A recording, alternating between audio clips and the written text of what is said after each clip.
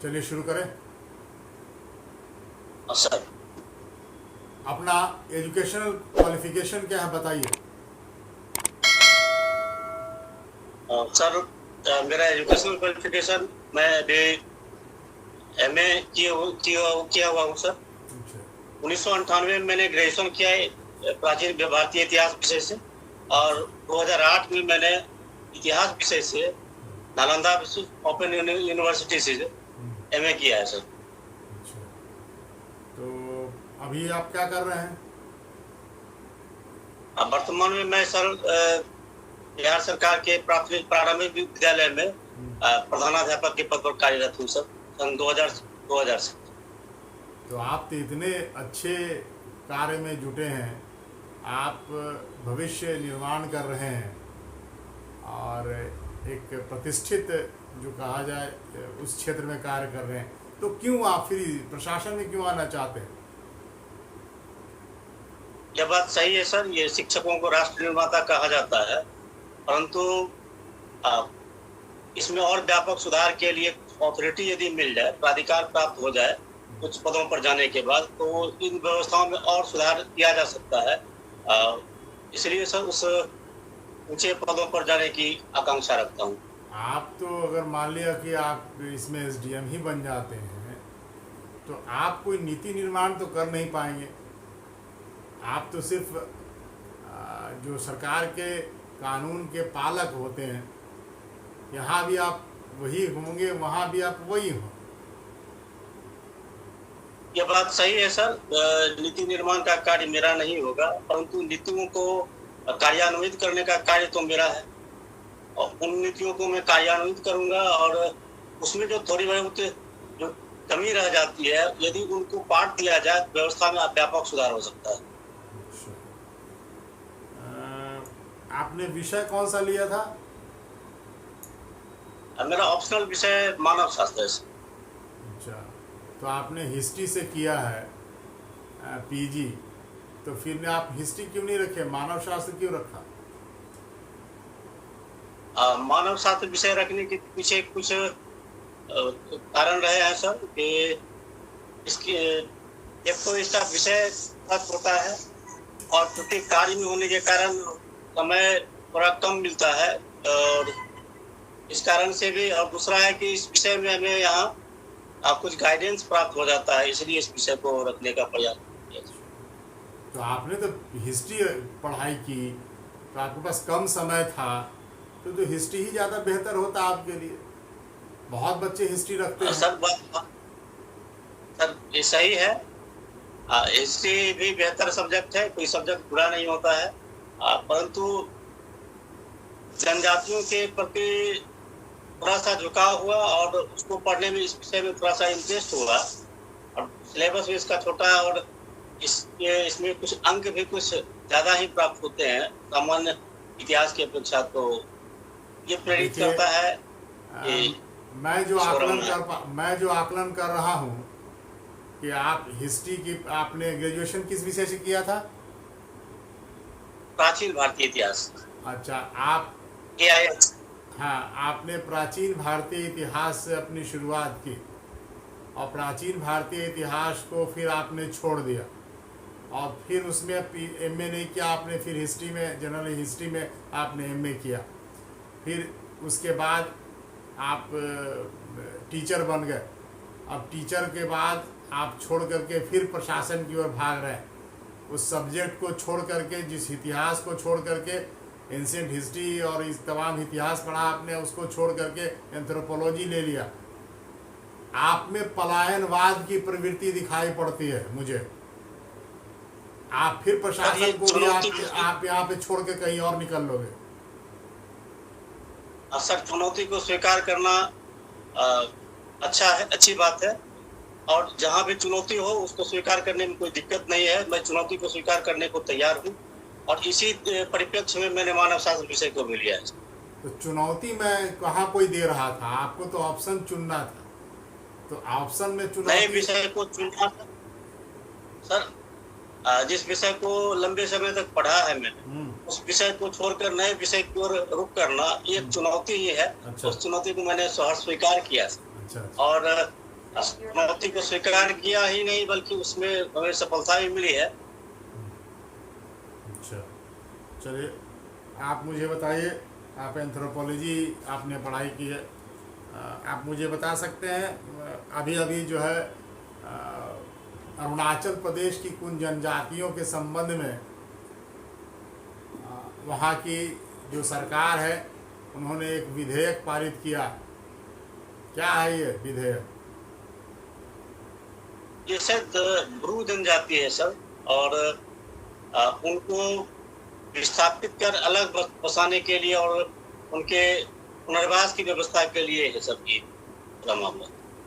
आप सही बोल रहे हो, आप पढ़े हो या फिर अंदाजा लगा रहे हो? और सब एक बार गुजरा है और तो पूरी तरह से अभी। जनजातियों के संबंध में और अनुसूचित जाति के संबंध में बिहार सरकार ने भी इधर कुछ निर्णय लिए हैं SC ST के संबंध में। क्या निर्णय है जो बहुत विवादास्पद रहे?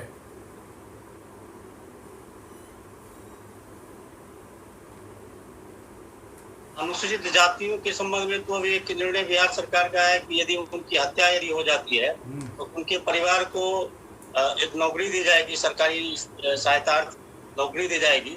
और इस पर सवाल उठाए जा रहे हैं कि चुनाव के समय इस प्रकार के निर्णय कहीं राजनीतिक स्टंट तो नहीं है। अच्छा, आपको ये लगता नहीं है कि अनुकंपा पर दी जाने वाली जो नौकरी है, नौकरी तो वैसे ही नहीं है, सरकार के द्वारा इस प्रकार के अनुकंपा पर देने वाली नौकरी है, वो कहीं समाज को और पीछे की ओर धकेलती है? अनुकंपा पे दी जाने वाली नौकरी ऐसी बात नहीं है सर, समाज को पीछे धकेलता है। उसमें यह है कि योग्यता भी तो निर्धारित है, उस योग्यता के अनुसार ही तो नौकरी दी जाती है। अब आप इतनी परीक्षाएं पास कर करके आप प्राप्त करते हो और कोई जो है वो सहज ही प्राप्त कर लेता, तो ये नहीं लगता है आपको कि ये जस्टिस नहीं है? और सरकारी सेवा में सरकार के द्वारा आकस्मिकता की स्थिति में इस प्रकार के सहायता देने की का प्रावधान है, जिसे हम अनुकंपा के नाम से जानते हैं। तो ये सहायता तो इसमें योग्यता अयोग्यता की बात नहीं होनी चाहिए। सहायता तो सहायता है सरकार की ओर से दी जाने वाली, परंतु किसी भी पद के लिए कुछ योग्यताएं निर्धारित है। उन योग्यताओं को यदि कोई व्यक्ति प्राप्त करता है तो उसको उस पद के अनुसार ही नौकरी दी जाती है। ये ड्रॉप आउट क्या होता है सर? ड्रॉप आउट को मतलब समझते हैं? Drop out sir, drop out यह हुआ कि कार्य करने की अवधि में ही पूरी कार्य को नहीं कर छोड़ देना, ये ड्रॉप आउट है। इसे शिक्षा व्यवस्था में हम लोग देखते हैं। क्या बच्चे विद्यालय तो आते हैं। ड्रॉप आउट क्या है सर? शिक्षा व्यवस्था का ड्रॉप आउट क्या है?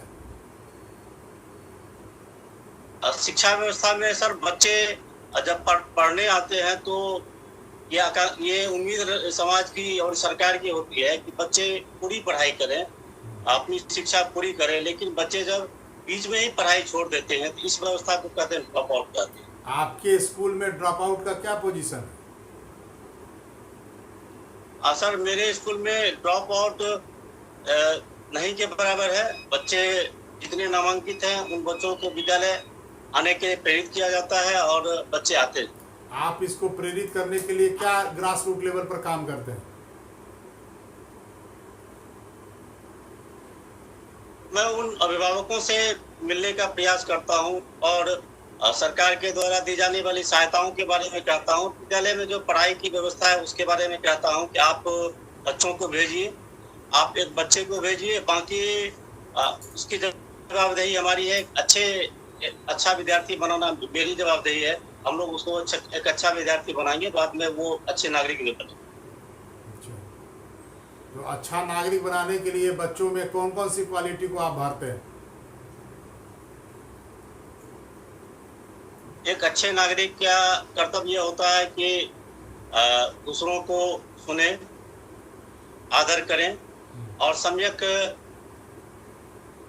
निर्णय ले। तो इसी संदर्भ में शब्द बच्चों को स्कूल में नेशनल एंथम और नेशनल सॉन्ग इसका गान आप करवाते हैं?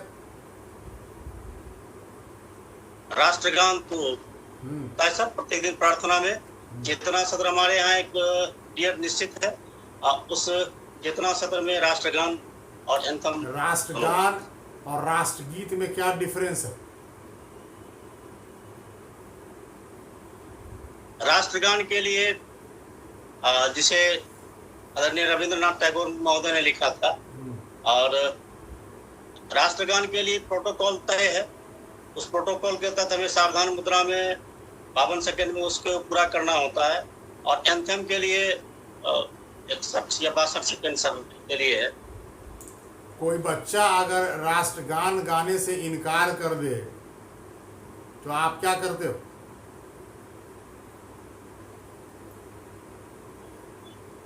बच्चों पर तो दंडात्मक कार्रवाई नहीं की जा सकती। बच्चों को समझाया जाएगा, राष्ट्रगान के महत्व को समझाया जाएगा और प्रेरित करके उन्हें राष्ट्रगान के समूह में जब राष्ट्रगान करते हैं उस समय उसे भी राष्ट्रगान के लिए लाइन में पंक्ति में खड़ा किया जाएगा। अगर फिर भी नहीं गाता तब क्या करोगे? बच्चे सीखते हैं सर। हाँ? और मैं यह मानता हूँ बच्चे यदि विद्यालय में यदि किसी नियम का वो पालन नहीं करते हैं तो उसमें शिक्षकों की दक्षता में कमी है। और मैं समझता हूँ सर, मैं वैसे विद्यार्थी को राष्ट्रगान के लिए प्रेरित करके राष्ट्रगान के बालूँ। इस संबंध में सुप्रीम कोर्ट के क्या निर्देश है? सुप्रीम कोर्ट ने कहा है कि राष्ट्रगान में अनिवार्य है प्रोटोकॉल का पालन करना। और यदि कोई व्यक्ति राष्ट्रगान के समय प्रोटोकॉल का पालन नहीं करता है तो उस पर राष्ट्रद्रोह का भी मुकदमा दर्ज किया जा सकता है। ये है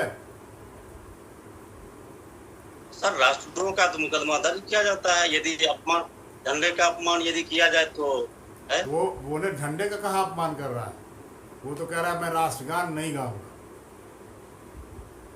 राष्ट्रगान और झंडे का राष्ट्रगान का संबंध झंडे से ही है सर, और उसके सम्मान, झंडे के सम्मान में ही राष्ट्रगान है। चलिए, आप लोग जितने टीचर्स हैं उनको विभिन्न कार्यों में लगाया जाता है, प्रशासनिक कार्यों में भी आपके सहयोग लिए जाते हैं।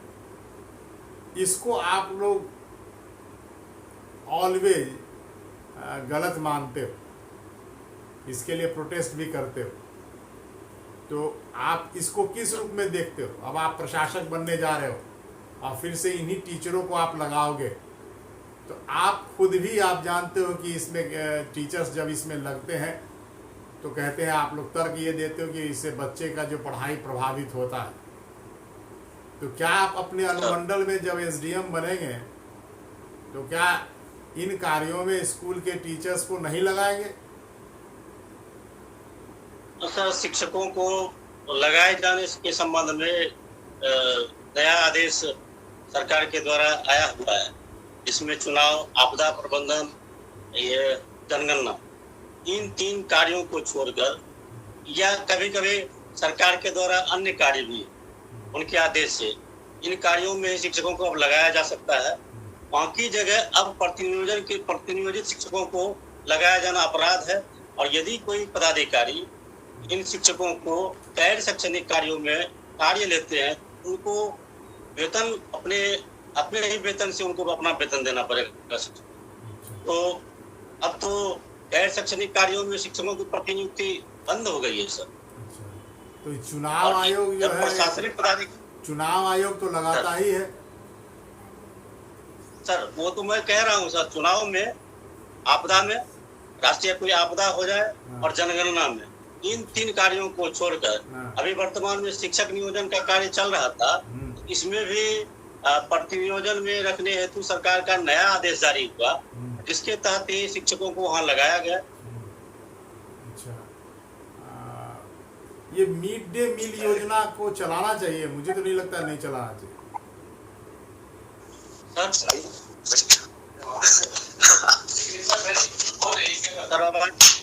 मिड डे मील योजना चलनी चाहिए सर, आवाज नहीं आई। कह रहा मिड डे मील योजना चलनी चाहिए, मुझे तो लगता है इसमें कोई लाभ दिखता नहीं है। सर, मिड डे मील योजना बहुआकांक्षी योजना है और इस एक योजना से कई फायदे, और सरकार के द्वारा ये योजना जब शुरू की गई और तब से अब तक छात्रों के स्वास्थ्य, ड्रॉप आउट, नामांकन सब में व्यापक सुधार हुआ है। अच्छा, चलिए मैं अभी एक हमारे और भी एक बिहार प्रशासनिक सेवा में है, वो जुड़ गए हैं, मैं उनको आगाह करूंगा कि वो आपसे प्रश्न पूछें। सर, आप पूछ सकते हैं। जी, गुड मॉर्निंग। मॉर्निंग। मेरा यह है कि अभी वर्तमान में नियोजित शिक्षक का जो प्रश्न था और उसको जो बढ़ाया गया है, तो इसको कैसे देखते हैं आप? राजनीतिक है, ये क्या है? ये सर, राज्य का यह कर्तव्य होता है कि अपने राज्य के नागरिकों को बेहतर सुविधा प्रदान करे ताकि उसके जीवन में गुणात्मक सुधार हो, और इसी परिप्रेक्ष्य में क्योंकि इन शिक्षकों को वेतन पुराने शिक्षकों की अपेक्षा कम दिया जाता है, तो शिक्षकों की मांग भी शुरू से रही है। सुप्रीम कोर्ट तक लड़ाई इन्होंने लड़ी कि वेतन में सुधार हो, और सरकार इसी दिशा में धीरे धीरे प्रयास कर रही है अपने आर्थिक संसाधन को देखते हुए कि कितना संभव है सरकार वो उतना दे रही है। और ये अभी वर्तमान में केंद्र सरकार ने सारी एग्जाम को एक नेशनल टेस्टिंग एजेंसी के तहत करवाने का प्रयास किया है, तो इसको कैसे देखते हैं आप? सरकार का यह बहुत ही सराहनीय कदम है, और इससे छात्रों को विभिन्न जगह परीक्षा देने के लिए जो भागदौड़ करनी पड़ती थी उनसे बचाव होगा, और साथ ही साथ एक बार यदि इस परीक्षा में अधिक अंक के साथ उत्तीर्णता यदि हासिल हो जाती है तो 3 वर्षों के लिए वो निश्चिंत है किसी दूसरे परीक्षा में बैठने के लिए, तो ये ज्यादा बेहतर है सर।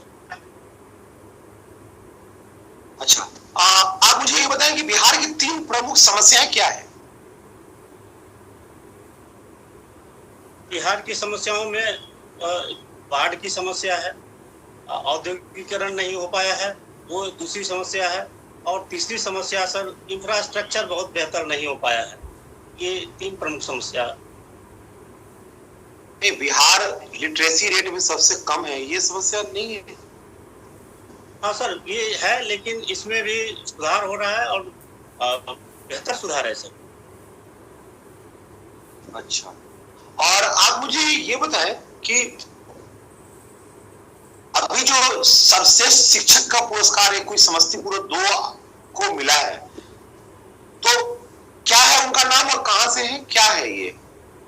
सर, एक सर्वश्रेष्ठ शिक्षक तो बेगूसराय से भी हैं और राष्ट्रीय पुरस्कार उनको राष्ट्रपति पुरस्कार मिला हुआ है। तो क्या है उनका नाम? श्री संत कुमार साहनी है, और बेगूसराय के बगल के प्रखंड गिरिपुर प्रखंड के वो करमौली विद्यालय के प्रधान हैं। अनवरत तो उन्होंने विगत 17 वर्षों से उस विद्यालय में निरंतर बेहतर सेवा दी है, और जिस कारण से उन्हें राष्ट्रपति पुरस्कार प्राप्त हुआ है। अभी ऑनलाइन शिक्षा में बहुत जोर दी जा रही है कोरोना में, तो ये क्या है? मतलब क्योंकि ग्रामीण इलाकों में तो स्मार्टफोन भी नहीं है बच्चों के पास, इंटरनेट की भी सुविधा नहीं है, तो कैसे बिहार में मतलब ऑनलाइन शिक्षा बेहतर बन पाएगी, या क्या है इसके कदम उठाए जाए? सर, कोरोना काल तो एक संकट के रूप में आया है, परंतु इस संकट ने वे व्यक्ति की जो क्षमता है वह भी निखर के सामने आती है, और हमने देखा है कि इस कोरोना काल में ये जो टेक्नोलॉजी हमारे पास थी, उन्नत टेक्नोलॉजी जिसके द्वारा हम ऑनलाइन शिक्षा दे सकते थे, उसको बढ़ावा मिला है। ऑनलाइन शिक्षा उच्च स्तर से प्राथमिक स्तर में देने में सब थोड़ी कठिनाई है। यह बात सही है कि ग्रामीण क्षेत्रों में जहां गरीबी है, बेकारी है, बेरोजगारी है, उनके पास स्मार्टफोन की कमी है। परंतु भारत में 75% शहरी क्षेत्र में और 48 या 52% है सर ग्रामीण क्षेत्रों में स्मार्टफोन है। तो स्मार्टफोन के द्वारा उन्हें शिक्षा दी जा रही है। इसमें एक समस्या है कनेक्टिविटी की है, और इंटरनेट के कम स्पीड होने की एक समस्या है। तो सरकार ऑप्टिकल फाइबर बिछाकर इस समस्या को दूर भी कर लेगी। आप मुझे ये बताएं कि बिहार में पुरुष साक्षरता दर और महिला साक्षरता दर कितनी है और दोनों में क्या अंतर है, मतलब कितने प्रतिशत का अंतर है? बिहार के साक्षरता दर 63.0 है, और सर एग्जैक्ट नहीं है सर। पुरुष साक्षरता दर क्या है, महिला साक्षरता दर क्या है? और सर एग्जैक्ट नहीं। अच्छा, कोई बात नहीं। आप मुझे ये बताएं कि बिहार से कौन कौन नदियां निकलती है, मतलब कौन कौन नदियों का प्रवाह है बिहार में? अब प्रमुख नदियों को यदि सर गिना जाए तो गंगा नदी है, गंडक है, कोसी है, घाघरा नदी है, बागमती है, कई नदियां हैं सर बिहार। बूढ़ी गंडक है। बाढ़ की समस्या कैसे है और इसका निदान क्या है? बाढ़ की समस्या बिहार में, बिहार और नेपाल की तुलना हम करें तो नेपाल से बिहार की स्थिति थोड़ी नीचे आती है। तो नेपाल में पानी की स्थिति थोड़ी सी ज्यादा होती है, तो पानी बिहार के क्षेत्रों में पानी ज्यादा होने के कारण बाढ़ की समस्या यहाँ उत्पन्न हो जाती है। और बाढ़ की समस्या सर बहुत पुरानी समस्या है, और सरकार को इसे तत्परता से इसे निदान करना चाहिए नेपाल सरकार के साथ बात करके। बाढ़ से रिलेटेड बिहार और नेपाल के बीच कौन सी संधि हुई थी पहले? सर वो याद दीजिए। अभी वर्तमान में सुगौली की संधि बहुत ज्यादा न्यूज में थी, क्या है ये? ये सर सुगौली की संधि 1816 की है, और इसके तहत भारत और नेपाल के बीच सीमांकन हुआ था। और काली नदी है, शारदा नदी है, उसको सीमा, वही नदी एक सीमा के रूप में तय किया गया। विवाद का विषय वहां से उत्पन्न हो चुका है कि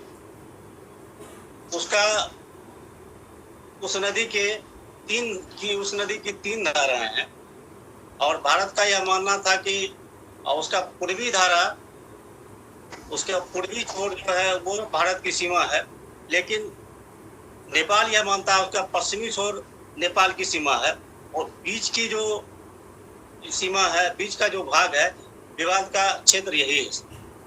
इसमें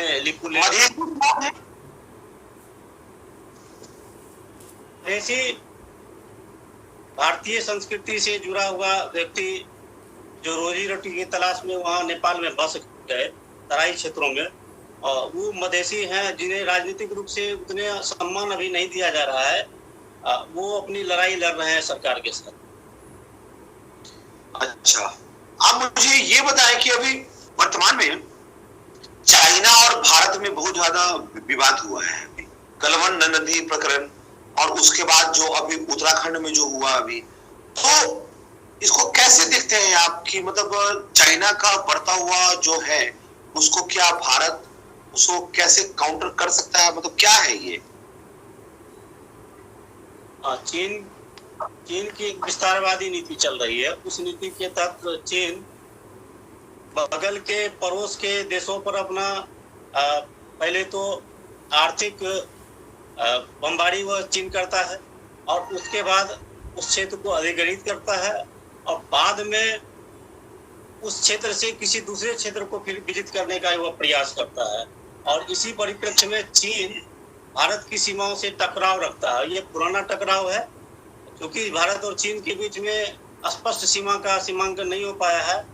और जैसे अरुणाचल प्रदेश में मैकमोहन रेखा है, तो उसमें भी चीन उस रेखा को मानने को तैयार नहीं है। अच्छा अच्छा, आप बताएं बिहार के कितने जिले नेपाल से सटे हुए हैं, नेपाल के साथ सीमा बनाते हैं, और उसका नाम मुझे जरा बताएं।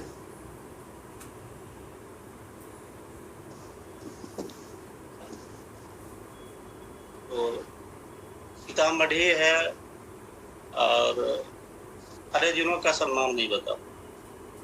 और इस कोई बात टीचर है। हाँ, अच्छा बताइए, ये नई जो शिक्षा नीति आई है, ये पुरानी में से कौन सी मॉर्निंग नई और पुरानी शिक्षा नीति में से कौन सी अच्छी है और क्यों? और नई शिक्षा नीति में क्या है, मतलब नया क्या है इसमें? नई शिक्षा नीति में मूल्य आधारित शिक्षा महत्वपूर्ण है और इसमें आउटकम पे ज्यादा फोकस किया जा रहा है।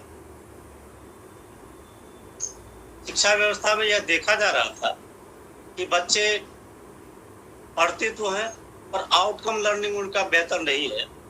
इस शिक्षा व्यवस्था में, नई शिक्षा व्यवस्था में आउटकम पर ज़्यादा फोकस किया गया है। दूसरी बात, बच्चों को क्षेत्रीय भाषाओं में शिक्षा देने की बात कही गई है और क्षेत्रीय भाषाओं में बच्चे ज़्यादा सीख पाएंगे, उनकी शिक्षा की स्थिति बेहतर होगी और यह टिकाऊ होगा। पहली शिक्षा नीति कब आई थी, किसके अध्यक्षता में और कब? ये कोठारी के कमीशन के तहत 1968 में सब ये लागू हुआ। उसके बाद 1986 में दूसरी शिक्षा नीति आई, उसमें संशोधन 1992 में हुआ और उसके बाद फिर ये नई शिक्षा नीति 2020। अच्छा,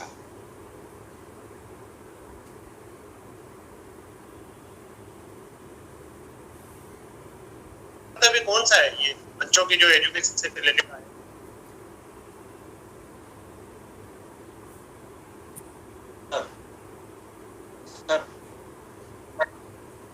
पार्डन में सर,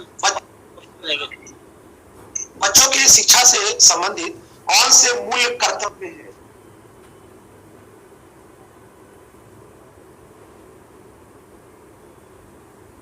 सर पार्डन में सर क्वेश्चन आपका पूरा नहीं हो पाया। मैं कह रहा हूं कि बच्चों से संबंधित कौन सी जो है मूल कर्तव्य में जोड़ा गया उसको? सर प्राथमिक शिक्षा मौलिक अधिकार है। प्राथमिक शिक्षा को मौलिक अधिकार में जोड़ा गया है 21A के तहत। अब सरकार का यह दायित्व है कि निःशुल्क प्रत्येक बच्चों को जो प्राथमिक शिक्षा प्राप्त करने की उम्र में है उन्हें शिक्षा देना सरकार का ही कर्तव्य है, वो अभी निःशुल्क। मूल कर्तव्य का पूछ रहे हैं हम, जो कितने जो लास्ट मूल कर्तव्य जोड़ा गया है ना सर नहीं, मूल कर्तव्य फंडामेंटल ड्यूटी। हाँ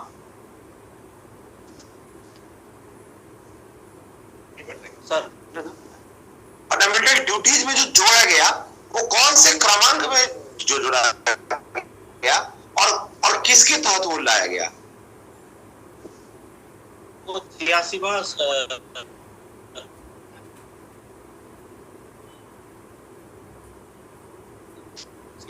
83वां नहीं सर 86वां संविधान संशोधन था, शिक्षा के अधिकार अधिनियम। 83 नहीं था, 86 था वो। अच्छा 86 ही में बोल रहा हूँ, 86 ही बोल रहा हूँ। 11वां मूल्य कर्तव्य, कोई बात नहीं। आप मुझे बस लास्ट सवाल मेरा ये है कि जो अभी अमेरिका में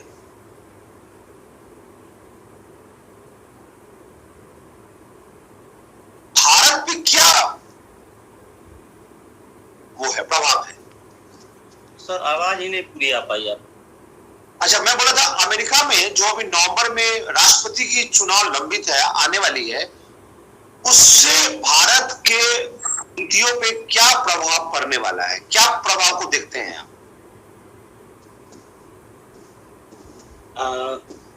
अमेरिका और भारत के बीच अभी बेहतर संबंध है। माननीय प्रधानमंत्री श्री नरेंद्र मोदी जी का और ट्रंप जी का बेहतर संवाद किसी मुद्दे पर हो जाता है, तो इस संबंध में यदि ट्रंप पुनः वहाँ राष्ट्रपति चुने जाते हैं तो जो नीतियां भारत सरकार द्वारा अपनाई गई है उसको विस्तार मिलेगा और सहज विस्तार मिल पाएगा। क्या ये तो आप बता रहे हैं विस्तार मिलेगा, मैं कहता हूँ किस किस सेक्टर में मिलेगा, क्या मिलेगा? मुझे आप 4-5 पॉइंट मुझे आप बताएं। भारत और जैसे अभी क्वाड के रूप में सर ये संगठन मजबूत बन रहा है, तो क्या कौन सा संगठन है सर? क्वाड के संबंध में कौन सा संगठन है? स्पष्ट नहीं हो पाया। क्वाड के संबंध में कौन सा संगठन बन रहा है, आप मुझे उसका जरा नाम बताएं। क्वाड है सर जिसमें अमेरिका, भारत, ऑस्ट्रेलिया और जापान, इन 4 देशों का एक समूह है जो हिंद प्रशांत क्षेत्र में चीन की विस्तारवादी नीति के लिए यह बना हुआ है। और व्यापारिक संबंध सर, व्यापारिक संबंध तो भारत और क्योंकि चीन के साथ यदि संबंध बहुत बेहतर नहीं है तो फिर सप्लाई चेन के लिए तो हमें जगह ढूंढना पड़ेगा और अमेरिका बेहतर स्थानापन्न देश के रूप में उसको कार्य किया जा सकता है। अच्छा, एक और पूछना, ये आपके स्कूल में जैसे कोई बच्चा है वो होमवर्क नहीं करके ला रहा, तो आप उसका कैसे समझाएंगे? हाँ सर, ये स्कूल में होमवर्क करके नहीं आता है तो समझाया जा सकता है, होमवर्क के महत्व को उसको समझाया जा सकता है। और यदि दूसरे बच्चे होमवर्क करके ला रहे हैं और एक बच्चा यदि नहीं करके ला रहा है तो दूसरे बच्चों में जो गुणात्मक सुधार है उसको उदाहरण के रूप में उसे प्रस्तुत किया जा सकता है कि इस प्रकार देखो होमवर्क यदि ये बच्चा करके ला रहा है तो देखो ये सीख रहा है और तुम भी करके लाओगे तो सीख पाओगे, तो इस रूप में उसको समझाया जा सकता है। होमवर्क सर नहीं, वो आप कई बार बोल रहे हैं लेकिन वो नहीं करता है, तब क्या करेंगे आप? होमवर्क नहीं करता है, क्लास में उतना काम करवा लेंगे सर, क्लास में उसे पढ़वाएंगे, क्लास में ही काम करवा लेंगे उससे। चलिए सर, ठीक।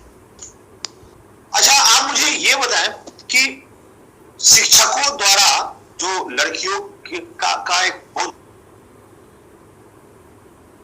आप प्रधानाचार्य के रूप में अगर आप हैं या शिक्षा अधिकारी के रूप में आप नियुक्त किए जाते हैं और आपके सामने बच्चियों का यौन शोषण संबंधी प्रकरण आपके सामने आता है और वो शिक्षक जो है नेशनल प्राइज उनको मिला हुआ है, नेशनल अवार्ड मिला हुआ, काफी बेहतरीन शिक्षक है, कैसे आप फिर इसको देखेंगे? कैसे मतलब कैसे इस चीज को देखेंगे अगर वो आपके सामने कंप्लेन आता है तो?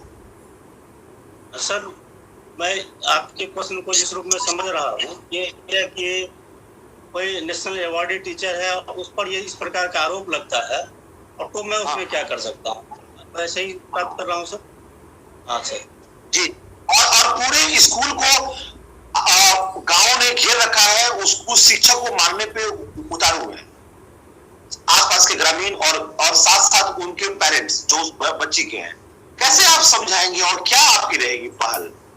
सर, एक तो इसमें सरकार के द्वारा है कि यदि किसी बच्चों के साथ छेड़छाड़ या किसी गलत तरीके से उसके साथ कोई शिक्षक व्यवहार करते हैं या कोई भी व्यवहार करता है तो एक हेल्पलाइन नंबर है 1098, उस पर नहीं 198 तब आएगा ना जब आपके पास टाइम होगा। वहां तो स्कूल को आग लगाने के लिए ग्रामीणों ने घेर रखा है और उस शिक्षक को सारे ग्रामीण बुला रहे हैं कि आप हमें सौंप दें, तो कैसे फिर आप सर नेशनल अवार्डी हो या कोई भी हो और शिक्षक का कर्तव्य है शिक्षा देना और शुद्धता से शिक्षा देना। शुद्धता का मतलब है आचरण से भी, यदि वह गलत आचरण करता है तो दंड का भागी है, चाहे कोई भी व्यक्ति। मेरा सवाल है कि वो तो ठीक नहीं, कहानी ये होना चाहिए, वो होना चाहिए। मेरा सवाल है कि आपका एक्शन क्या होगा, आप क्या करने जाएंगे? 1 2 3 पॉइंट में आप मुझे बताएं।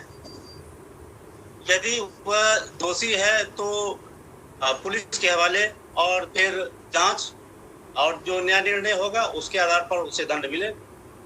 ग्रामीणों ने घेर रखा है, आग लगाने की धमकी दे रहे हैं, उसको पकड़ के हवाले कीजिए। उस स्थिति में आप शिक्षा पदाधिकारी क्या जाएंगे करने? आप अपने ऑफिस में आपको सूचना मिलती है। सर, किसी भी व्यक्ति को कानून को अपने हाथ में लेने का अधिकार नहीं है, और इसी परिप्रेक्ष्य में यदि वो घेरे हुए हैं तो आप उसकी रक्षा करना उस समय मेरा दायित्व होगा। उसको कोई व्यक्ति जान से नहीं मारे, उसे हानि न पहुंचाए, इसको इतना प्रोटेक्ट मैं जरूर कर दूंगा। परंतु फिर सर ग्रामीणों से मैं बात करूंगा, क्योंकि मैं एक प्रधान हूँ, तो संवाद तो अभिभावकों से मेरी होती है, बात करने को वो तैयार नहीं है ग्रामीण। सर इस बीच मैं पुलिस प्रशासन को भी इसकी सूचना दूंगा और मदद मांगूंगा वहां से कि आप आइए, और यहाँ जान खतरे में है, पहले जान बचाइए, और पुलिस प्रशासन से मैं सहयोग की अपेक्षा रखूंगा। सर गुंजन सर, सर इनसे जरा एंथ्रो पर भी कुछ प्रश्न पूछ लें आप। अच्छा, एंथ्रो भी। आप मुझे ये बताएं कि एंथ्रोपोलॉजी का आज नेशनल बिल्डिंग में या आज के राष्ट्र निर्माण में क्या उसका महत्व है? सर अभी जो योजनाएं बनती है, कई योजनाओं का कार्यान्वयन जनजातीय क्षेत्रों में बेहतर तरीके से नहीं हो पाता है, और कोई एंथ्रोपोलॉजिस्ट हैं तो जनजातियों से ज्यादा बेहतर रूबरू होते हैं। 3 नाम कोई एंथ्रोपोलॉजिस्ट का बताएं जिन्होंने किया हो राष्ट्र निर्माण में योगदान, जो आप बता रहे हैं पॉलिसी बनाने में। बताएं। एस.सी. राय महोदय हैं, मजुमदार सर हैं, और एलपी विद्यार्थी है। क्या मजुमदार सर का पूरा नाम? हाँ, एक तो शरद चंद्र है, ललिता प्रसाद विद्यार्थी हैं सर। शरद चंद्र ने क्या किया था? भारत में एंथ्रोपोलॉजिस्ट के रूप में उनको पितामह के रूप में स्वीकार किया जाता है, और उन्होंने मालेर जनजाति के बारे में, कौन सा? मालेर जनजाति पर उनका शोध है सर। मालेर में तो एलपी विद्यार्थी का है।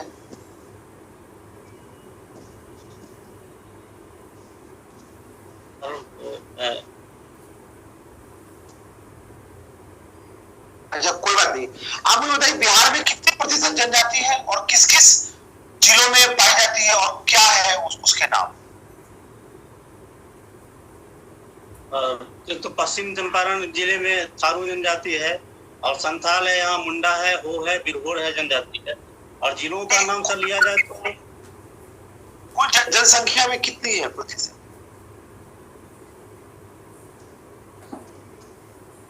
1% के आसपास है सर। कितना? 6% सर, एग्जैक्ट नहीं सर याद है। अच्छा, आप मुझे बताएं कौन सी बिहार सरकार की योजनाएं हैं जो चल रही है आदिवासी समूह में खासकर? एक तो सर एकलव्य विद्यालय है जो जनजातियों में खोला गया है, और उनके शिक्षा के लिए वहाँ व्यवस्था है। और जो सामान्य योजनाएं हैं बिहार सरकार की, उनसे वो जनजाति भी लोग लाभान्वित होते हैं। थारू जनजाति विकास योजना है कि नहीं?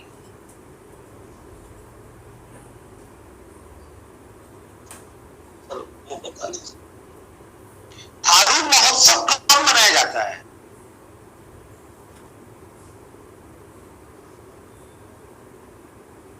अभी हाल फिलहाल में सर मनाया गया है, और इसकी चर्चा प्रधानमंत्री। हाल फिलहाल का डेट कुछ जरा आप बताएंगे? Sorry sir. अच्छा, कोई बात नहीं। आप मुझे ये बताएं कि भारत सरकार बिहार में जो है ट्राइबल मिनिस्ट्री है, ठीक है ना, जनजाति मंत्रालय है वो। तो आप मुझे बताएं कि अभी हाल में वन बंधु योजना था, वन बंधु स्कीम क्या है ये?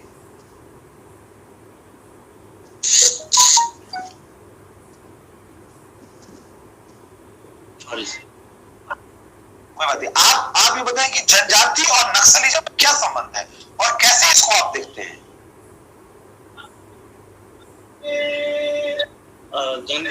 जनजातियों का संबंध सर जल जंगल जमीन से है, और जब जल जंगल जमीन इन पर अतिक्रमण हुआ है तो फिर अपने अधिकार के लिए वो प्रतिकार उन्होंने किया है, और तब फिर वो नक्सलिज्म का रूप धारण किए हुए है। तो अच्छा, सही है, 144 लगाता है, ये क्या है ये और किस में आता है? सीआरपीसी है, आईपीसी, सीपीसी, किस में ये आता है? सर ये 144 धारा है कि जहाँ 5 या अधिक व्यक्तियों को एक साथ नहीं रहने की इजाजत होती है, उसमें नहीं रहने दिया जाता है। और आईपीसी की धारा 144 आईपीसी की है। अच्छा, तो आप मुझे बता दें कि म्यूटेशन क्या है? दाखिल खारिज सर, दाखिल खारिज म्यूटेशन ये क्या है? ये जमीन संबंधी बात है सर, और इसमें जमीन पर मालिकाना हक प्राप्त हो जाता है लोगों। है क्या ये, मतलब इसमें होता क्या है प्रक्रिया, ये प्रक्रिया क्या है ये, और एसडीएम की इसमें भूमिका क्या है? और सर ये तो प्रक्रिया अंचलाधिकारी के द्वारा संपन्न किया जाता है। यदि कोई विवाद उसमें हो जाए तो एसडीएम उस विवाद का निपटान करेंगे। बिहार में कितने हैं?